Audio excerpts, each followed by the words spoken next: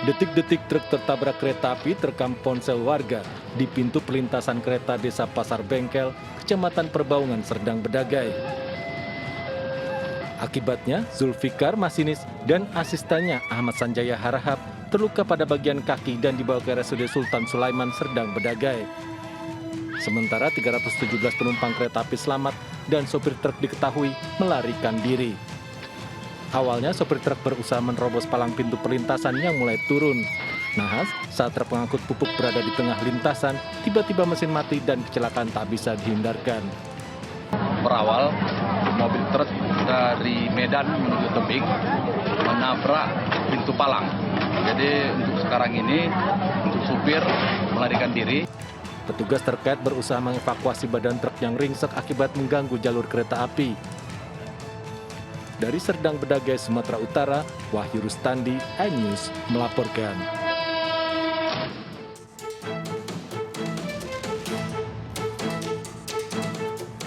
Beginilah aksi freestyle di Jalan Trans Sulawesi Tanah Toraja, Sulawesi Selatan. Bahkan salah satu pembonceng nekat beraksi dengan posisi kepala nyaris menyentuh aspal.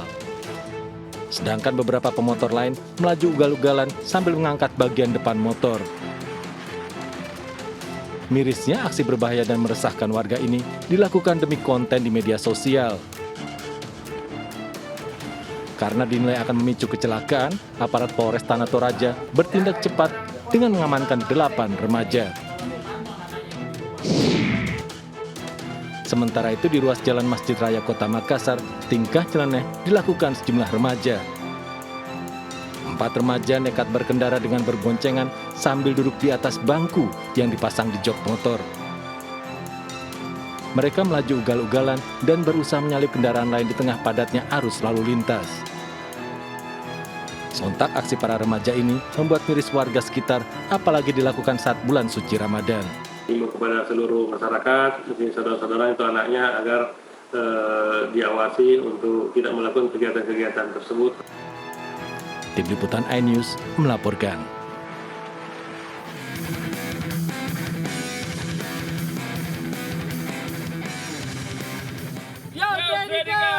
Sekarang kita udah ada di bumi perkemahan Karang dan ini dia cara kita menikmati alam di sini, Bu. Dengan off-roadan seru-seruan.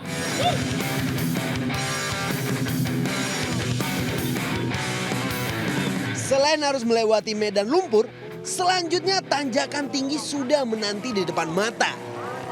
Gue akuin susah, Tradikers. Semua mobil nggak ada yang berhasil lolos dari medan lumpur. Ban! Ready? Ready? Go!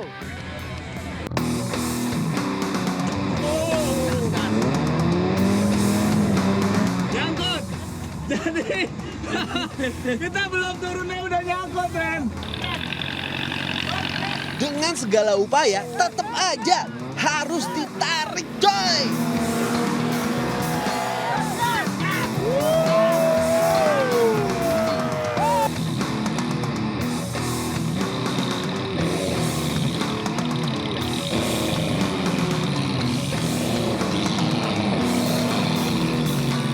Aduh, licin banget Radika.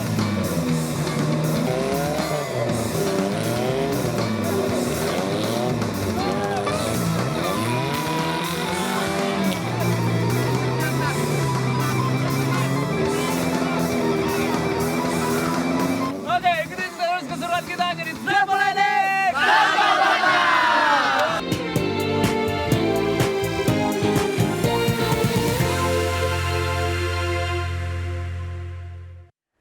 Pemirsa, sungguh miris, seorang asisten rumah tangga di Kota Padang, Sumatera Barat tewas usai dianiaya majikannya yang merupakan satu keluarga.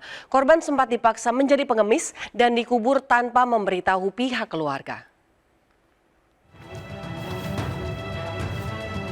Pihak keluarga melapor ke polisi setelah mencurigai kematian Nyimas Aryani yang dimakamkan majikannya tanpa memberitahu mereka. Polisi kemudian membongkar makam korban dan melakukan autopsi serta menemukan sejumlah bekas luka tanda penganiayaan. Usai dilakukan penyelidikan, polisi menangkap 3 pelaku yang merupakan ibu dan 2 anaknya yang sempat buron selama 2 bulan. Sebelumnya, Nyimas bekerja sebagai asisten rumah tangga di sebuah warung makan yang dikelola tersangka dan sempat dipaksa menjadi pengemis. Karena pendapatan tak sesuai harapan, korban kerap dianiaya hingga akhirnya tewas. Kepada pihak keluarga, tersangka berdalih wanita 21 tahun tersebut tewas akibat kecelakaan. Dari informasi yang kita dapatkan, ada informasi sewaktu di tempat pemakaman, didapatkan info plat nomornya, dari situlah kita kejar pelaku dan kita dapatkan pelaku sebanyak 3 orang, terdiri dari 2 perempuan dan 1 laki-laki. Ketika tersangka dijerat pasal 340 tentang pembunuhan berencana dengan ancaman hukuman mati. Dari Padang, Sumatera Barat, Budi Sunandar, iNews melaporkan. Ya pemirsa, aktor senior Dony Kesuma meninggal dunia akibat sakit jantung di sebuah rumah sakit di Bekasi, Jawa Barat Selasa malam. Usai disemayamkan, jenazah aktor berusia 55 tahun tersebut akan dimakamkan di TPU Tanah Kusir, Jakarta siang ini.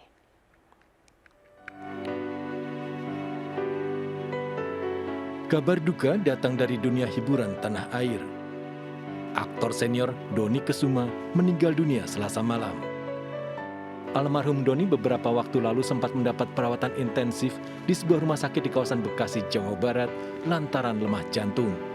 Dony dirawat sejak Sabtu pekan lalu dan sempat membaik pada hari Minggunya.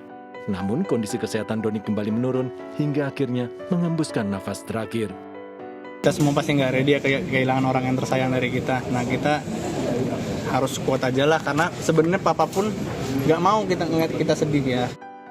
Jenazah Dony Kesuma disemayamkan di rumah duka di kediaman pribadinya di Bekasi, Jawa Barat. Sederet selebriti yang merupakan teman Dony datang ke rumah duka untuk berbela sungkawa. Jadi di saat pulang ke rumah itu dia kayak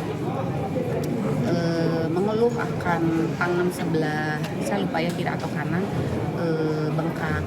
Cerita dari isinya dia sempat, padahal baru pulang, besoknya dia ke rumah sakit lagi sendiri, periksa tangannya bengkak.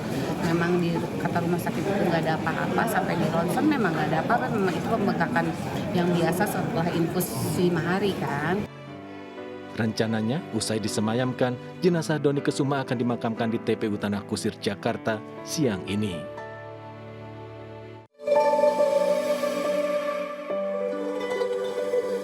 Meninggalnya aktor senior Dony Kesuma membuat kaget rekan sesama artis, khususnya yang tergabung dalam wadah gabungan artis seniman Sunda.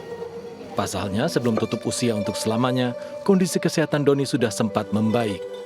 Almarhum Dony diketahui mempunyai riwayat sakit jantung, bahkan pada 2015 silam sempat pasang ring di jantungnya.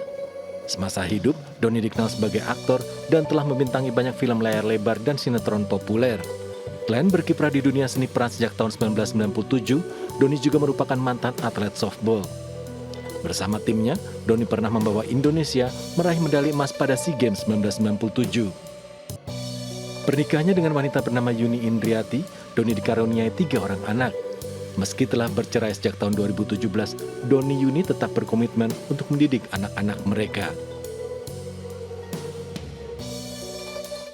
Kita beralih ke informasi lain pemirsa, Jakarta waspada demam berdarah. Pejabat gubernur meminta agar orang tua memakaikan lengan panjang dengan minyak telon saat anak beraktivitas di luar ruangan. Sementara di Bandung, Jawa Barat, kasus DBD melonjak mencapai 1.700 kasus.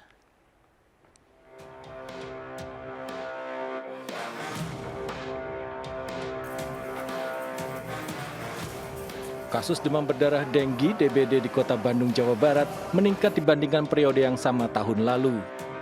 Sejak Januari hingga pekan kedua Maret 2024, angka kejadian di Kota Bandung mencapai 1.741 kasus.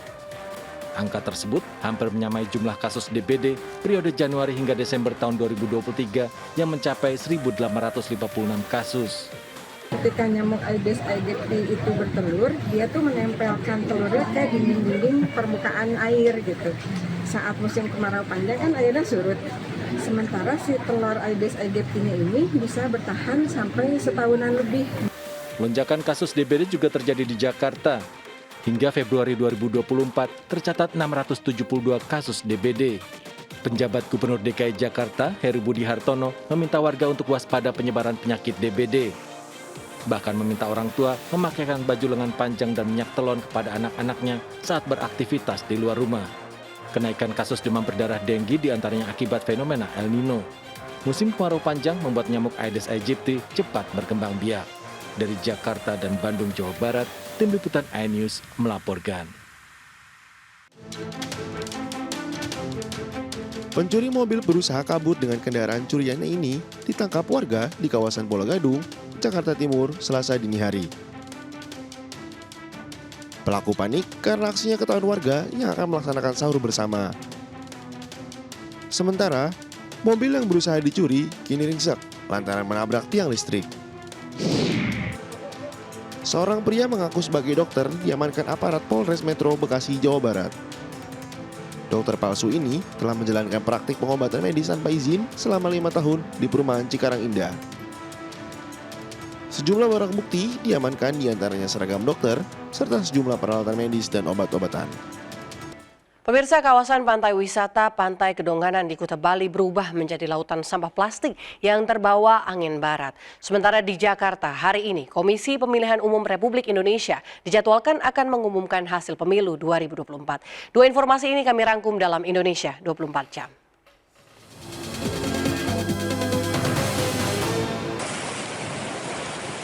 Cuaca ekstrim yang melanda Pulau Bali dalam beberapa pekan terakhir, ditambah fenomena angin barat membuat sepanjang bibir pantai Kedonganan, Badung, Bali ditutup bertonton sampah plastik.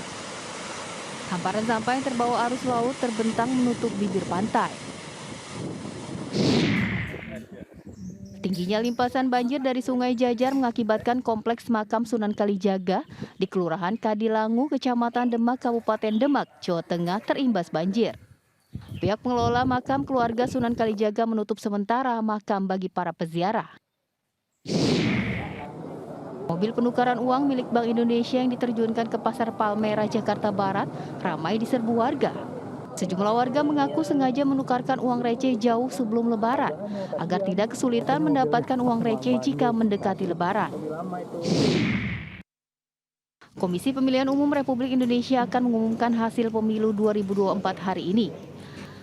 Pagi ini KPU dijadwalkan merampungkan rekapitulasi tingkat nasional untuk 2 provinsi terakhir yaitu Papua dan Papua Pegunungan. Keputusan penetapan hasil pemilu pada tingkat nasional akan merangkum hasil Pileg DPRD Kabupaten Kota, DPRD Provinsi, Pileg DPD RI, hasil Pileg DPR RI, dan hasil Pilpres.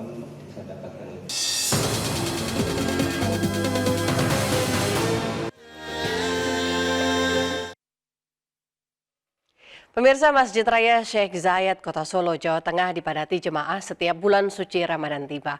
Makanan berbuka puasa disumbang langsung oleh Bulan Sabit Merah Mesir atau Egyptian Red Crescent, lengkap mulai dari takjil hingga makanan berat. Seperti apa menu berbuka puasa di masjid ini? Berikut liputannya.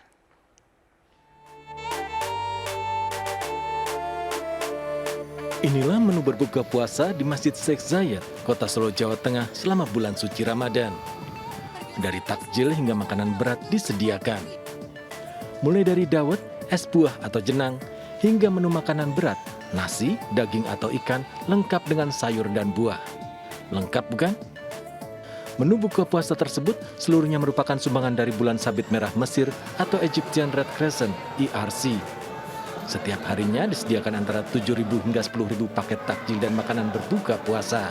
Bubur, berbagai macam bubur, berbagai macam es buah, macam-macam itu lebih dari 15 itu. Makan besar itu pasti nanti ada daging, ada atau ikan, dan ada sayur, ada buahnya. Takjil dan makanan berbuka puasa melibatkan UMKM Solo Raya serta UMKM dan pedagang binaan masjid. Namun tak hanya itu keunikan Masjid Sheikh Zayed. Selama bulan Ramadan didatangkan 8 orang imam salat dari Uni Emirat Arab. Mereka bergantian memimpin setiap waktu salat hingga ibadah salat tarawih. Dari Solo, Jawa Tengah, Septiantoro melaporkan.